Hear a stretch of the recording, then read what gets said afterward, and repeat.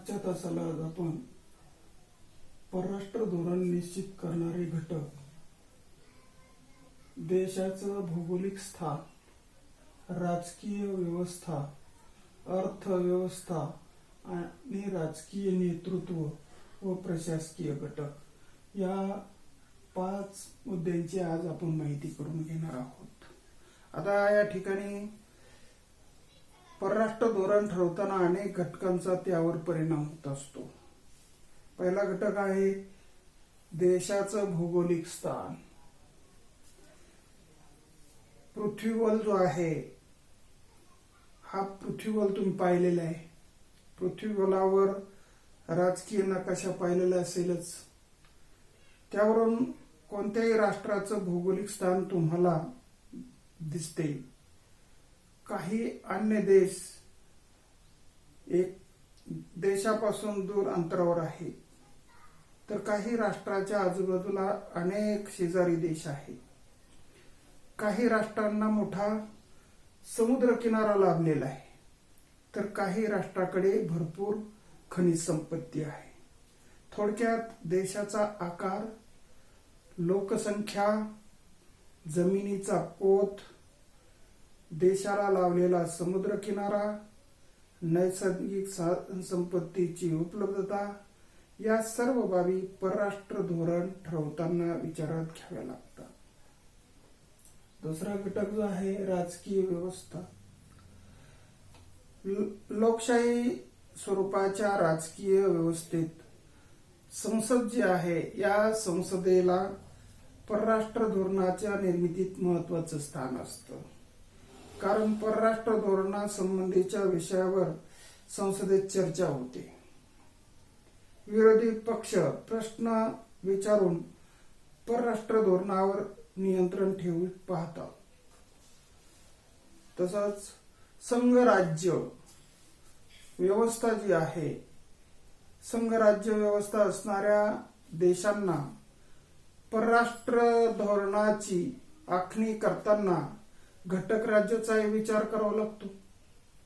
कारण शेजारी राष्ट्रामधील घडामोडींचा घटक राज्यावर परिणाम होतो. उदाहरणार्थ द्यायचं झालं तर श्रीलंका जे आहे या श्रीलंकेतील घडामोडीचा तामिळनाडू आणि बांगलादेशात काही घडल्यास पश्चिम बंगालमध्ये आणि ईशान्येकडील राज्यावर त्याचा परिणाम होतो. तिसरा जो आहे तो म्हणजे अर्थव्यवस्था. आधुनिक काळात कोणत्याही देशाच्या आर्थिक स्थितीला परराष्ट्र धोरण ठरवण्यात फार महत्व प्राप्त झालेलं आहे. आर्थिक विकास हे सर्वच राष्ट्राचं सर्वात महत्वाचं उद्दिष्ट असतं. त्यामुळे अर्थव्यवस्थेचा परराष्ट्र धोरणावर 2 प्रकारे परिणाम होत असतो. एक, देशाची अर्थव्यवस्था मजबूत करण्यासाठी अन्य राष्ट्रांशी प्रस्थापित करायचे आर्थिक संबंध, आयात निर्यात, जागतिक व्यापारात सहभाग इत्यादी बाबी परराष्ट्र धोरणाला आकार देतात. दुसरा मुद्दा जो आहे, सध्याच्या जागतिक व्यवस्थेत आर्थिक सुरक्षेचे मुद्दे राष्ट्रीय सुरक्षे इतकेच महत्वाचे मानले जातात. आर्थिक सुरक्षिततेला जितकं भक्कम तितके सामर्थ्यशाली राष्ट्र म्हणून मान्यता मिळते. अर्थव्यवस्था मजबूत असणारे देश कमी परावलंबी असतात व त्यांना स्वतंत्रपणे परराष्ट्र धोरण आखता येऊ शकतं. आणि चौथा मुद्दा जो आहे तो म्हणजे त्या ठिकाणी एकंदरीत राजकीय नेतृत्व हा एक मुद्दा त्या ठिकाणी फार महत्वाचा आहे. राजकीय व्यवस्था किंवा नेतृत्व. परराष्ट्र धोरण ठरवण्यात राष्ट्रपती, प्रधानमंत्री, परराष्ट्र मंत्री, संरक्षण मंत्री, अर्थमंत्री, गृहमंत्री यांचा वाटा असतो. परराष्ट्र धोरणातील सातत्य टिकून ते सुधारण्याचा प्रयत्न या पदावरील व्यक्ती करतात. उदाहरणार्थ, पंडित जवाहरलाल नेहरूंनी भारताच्या परराष्ट्र धोरणात अलिप्तवादाची भर घातली. दुसरं म्हणजे अटल बिहारी वाजपेयी जे आहेत, यांनी भारत चीन संबंध सुधारण्यात मोठं योगदान दिलेलं आहे. आणि पाचवा घटक जो आहे प्रशासकीय घटक. आता परराष्ट्र धोरणाच्या निर्मितीत परराष्ट्र व्यवहार मंत्रालय, परराष्ट्र सचिव, परदेशातील दूतावास, राजनैतिक अधिकारी इत्यादी प्रशासकीय घटकांचा समावेश असतो. परराष्ट्र धोरणासंबंधीचा अंतिम निर्णय जरी प्रधानमंत्री आणि त्याचं मंत्रिमंडळ घेत असलं तरी निर्णयापर्यंत पोहोचण्यासाठी प्रशासकीय यंत्रणा मदत करते.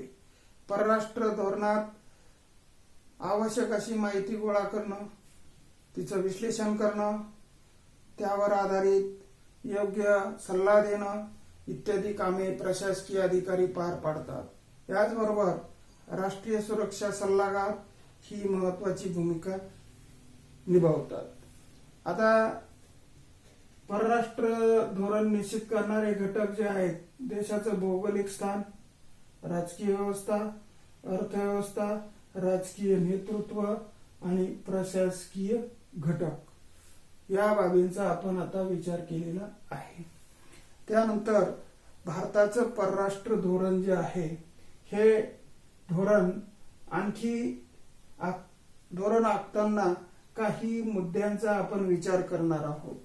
आता या ठिकाणी परराष्ट्र धोरणाविषयी प्राथमिक माहिती घेतल्यानंतर आता आपण भारताच्या परराष्ट्र धोरणाविषयी जाणून घेणार आहोत.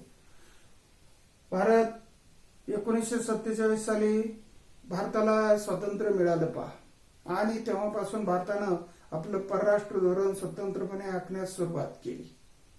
भारताच्या संविधानातील मार्गदर्शक तत्वामध्ये राज्याने परराष्ट्र धोरण कसं आखावं याविषयी तरतूद केलेली आहे.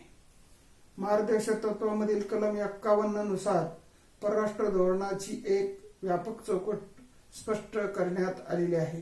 त्यानुसार भारताने आंतरराष्ट्रीय शांतता व सुरक्षेच्या जतनाला प्राधान्य द्यावं, आपल्या आंतरराष्ट्रीय समस्या किंवा वाद शांततेच्या मार्गाने सोडवावेत असे स्पष्ट केले आहे. अन्य राष्ट्राशी मैत्रीपूर्ण संबंध ठेवणे व आंतरराष्ट्रीय कायद्याचा आदर करणे हेही आपल्या परराष्ट्र धोरणाचं उद्दिष्ट मानलेलं आहे. भारताचं आतापर्यंतचं परराष्ट्र धोरण या चौकटीत विकसित झालेलं आहे. राहिलेला भाग जो आहे तो नंतरच्या तासाला आपण घेणार आहोत. तर याच्यावरले स्वाध्यायासाठी काही प्रश्न आहेत, ते प्रश्न तुम्ही सोडवा. एकदा दोनदा पाठाचं वाचन करा आणि दिलेले प्रश्न जे आहेत ते प्रश्न तुम्ही सोडवा.